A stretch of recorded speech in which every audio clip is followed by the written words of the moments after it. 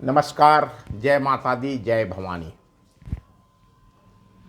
आज मैं आप सभी को एक ऐसे स्थान का दर्शन करना चाहता हूँ जो स्थान रक्तबीज, महिषासुर, शुंभ आदि दानवों और माँ दुर्गा, जिन्हें भगवती, भवानी, अंबिका आदि के नाम से जाना जाता है। ये कहानी है माँ परमेश्वरी और भगेश्वरी मंदिर सोनाडी की। उत्तर प्रदेश के बलिया जिले की बेलथरा तहसील मुख्यालय से 15 किमी पश्चिम दिशा में यह प्राचीन मंदिर अवस्थित है। जनश्रुति के अनुसार बिहार प्रांत के वर्तमान गोपालगंज जिले के थावे गांव निवासी माता कामाख्या देवी के परम भक्त श्री हरसू भगत, जो अनुसूचित जाति के थे,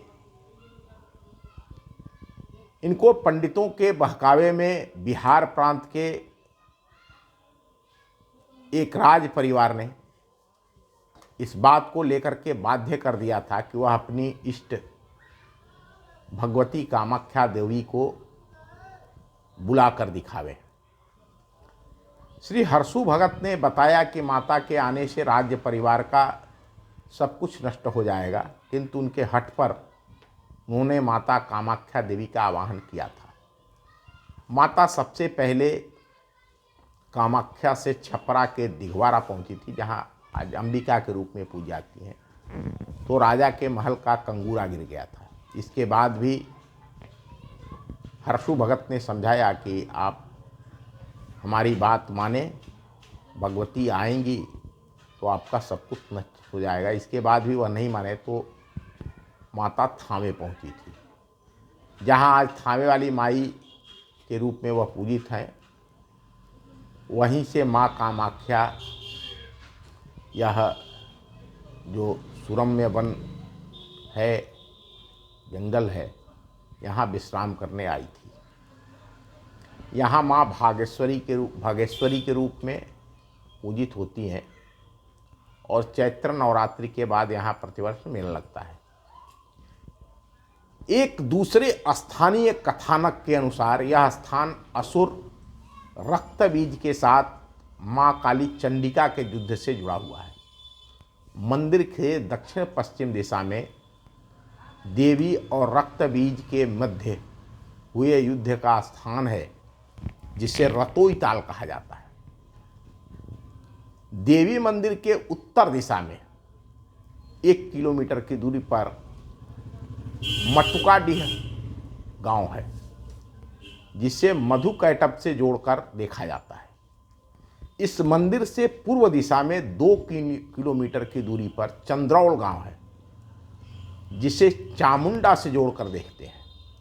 मंदिर के दक्षिण पश्चिम दिशा में 1 किलोमीटर पर भगवानपुर गांव है और इस गांव में एक पुराना टीला है, जिसे बाणाकोट कहा जाता है और इसका संबंध असुर राज बाणासुर से जोड़ा जाता है। इस देवी मंदिर के दक्षिण दिशा में भिणकुंड नाम का गांव है और इस गांव में एक विशाल गहरा कुंड है, जिसे महिषासुर से जोड़ते हैं। इसी तरह से मंदिर से थोड़ी दूर पर चाणी गांव है और यहाँ पर शुंभा ताल है, जिसे असुर चामुंड और शुंभ से जुड़ा बताया जाता है। कहते हैं कि असुरों से इस युद्ध के बाद देवी ने यहाँ पर विश्राम किया था।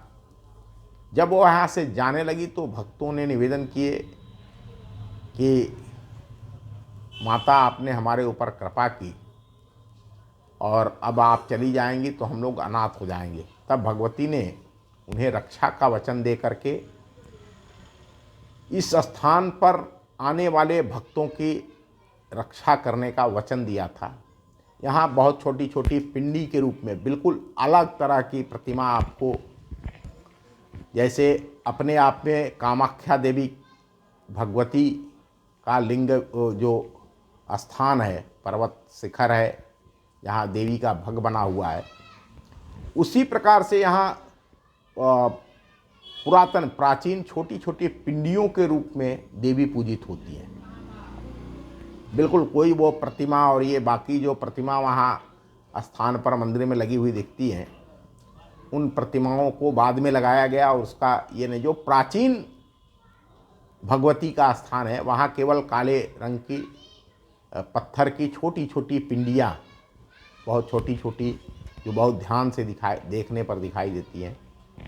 इसी विग्रह के रूप में, इन्हीं विग्रहों में भगवती का वास माना जाता है। सबसे महत्वपूर्ण बात यह है कि इस मंदिर में स्थापित देवी विग्रह की पूजा पाठ और प्रबंधन का भार किसी पंडित, पुजारी, पुरोहित के ऊपर नहीं है। यहाँ एक राजपूत परिवार था, स्वर्गीय रामनाथ सिंह के वंशजों के ऊपर है। ज्ञात वंशावली के अनुसार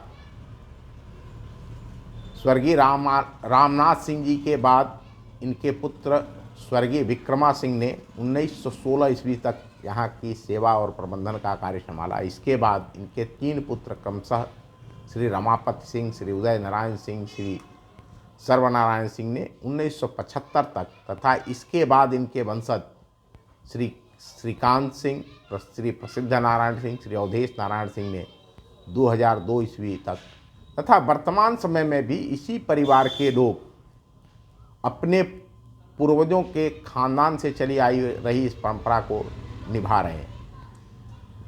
सबसे महत्वपूर्ण बात तो यह है कि संपूर्ण क्षेत्र में खैराडी से लेकर हाहा नाला खैराडी, ये जो पूरा बेल्ट है वह बहुत प्राचीन रहा है। और यहाँ ढेर सारे, यहाँ खैराडी में 1981 ईस्वी में काशी हिंदू विश्वविद्यालय के प्रोफेसर के सिन्हा के नेतृत्व में खुदाई हुई थी, आंशिक खुदाई हुई थी, इसे जन्मग्नि आश्रम कहा जाता है।